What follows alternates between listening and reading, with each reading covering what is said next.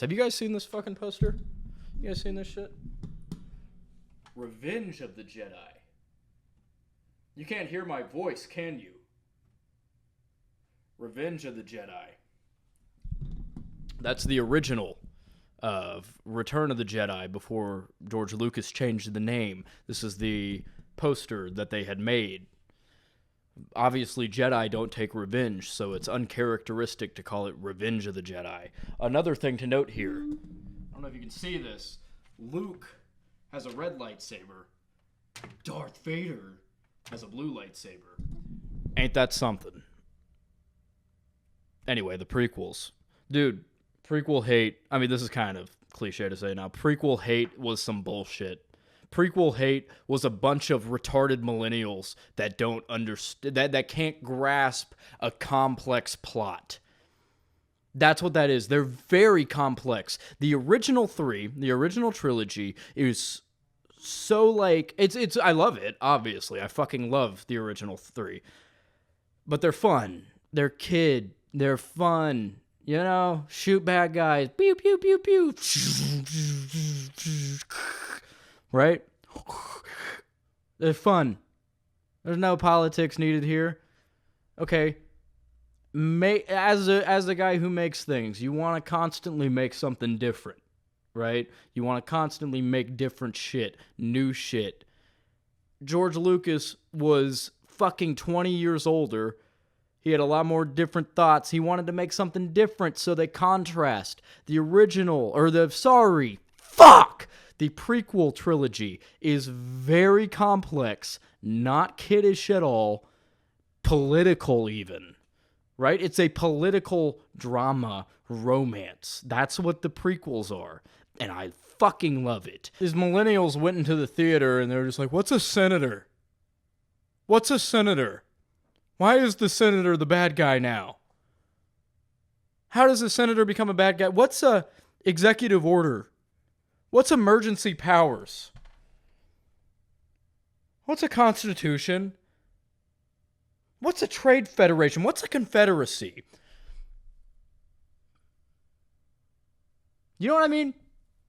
I think the prequels are amazing for that reason. They didn't hold back. You guys ever seen The Big Short? Great fucking movie. Insanely good fucking movie. One of my favorite directors, Adam McRae. But fucking something. He made Vice as well about Dick Cheney. One of my favorite movies ever made.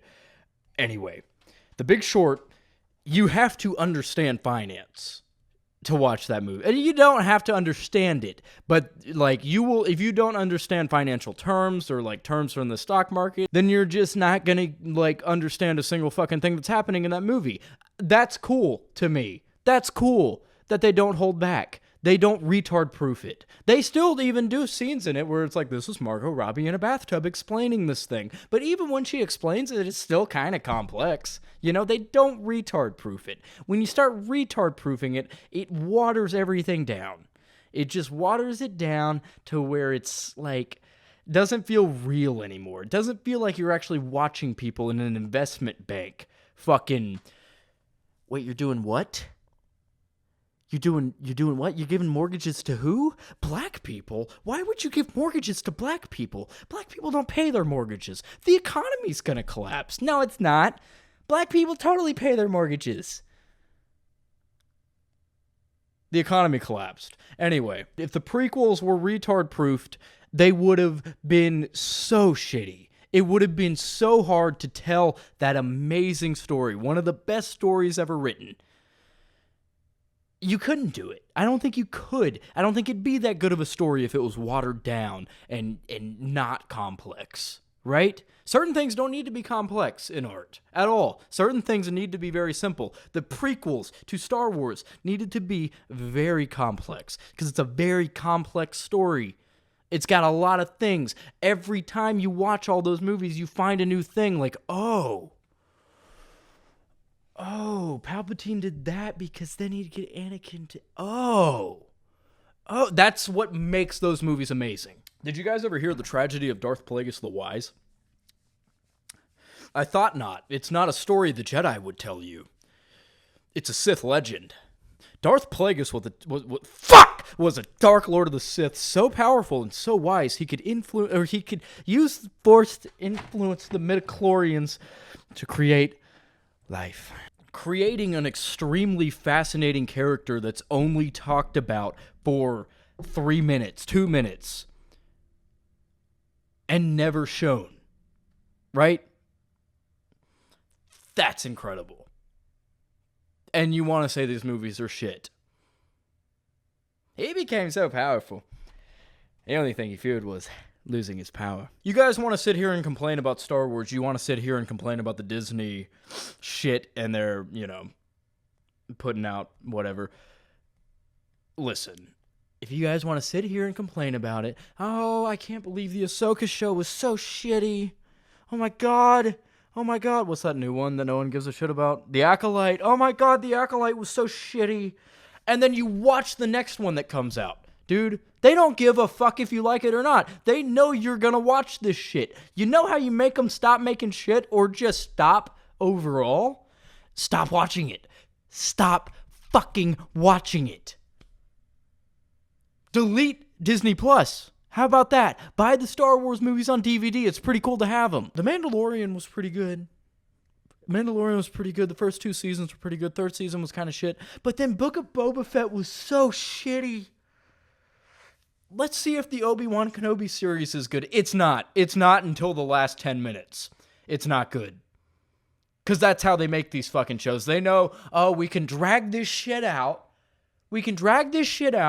For so many episodes, and then finally Obi-Wan and Darth Vader will have a fight.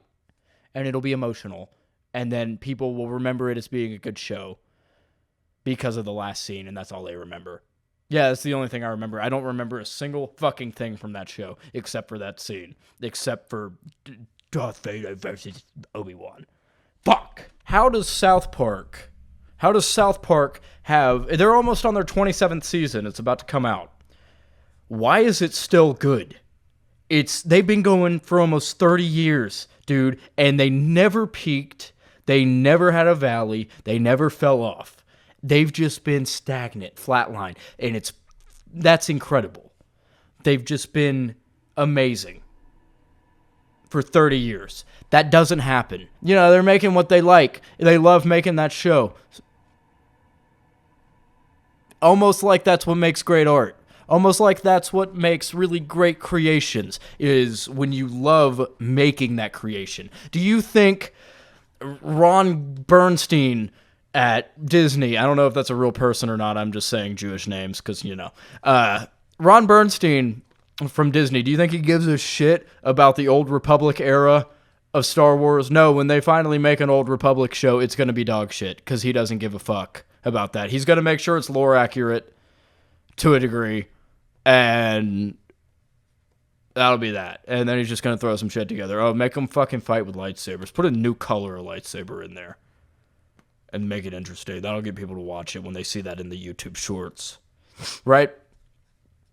Matt Stone and Trey Parker love making South Park. That's why they've been able to keep it good for 30 years. They love making it.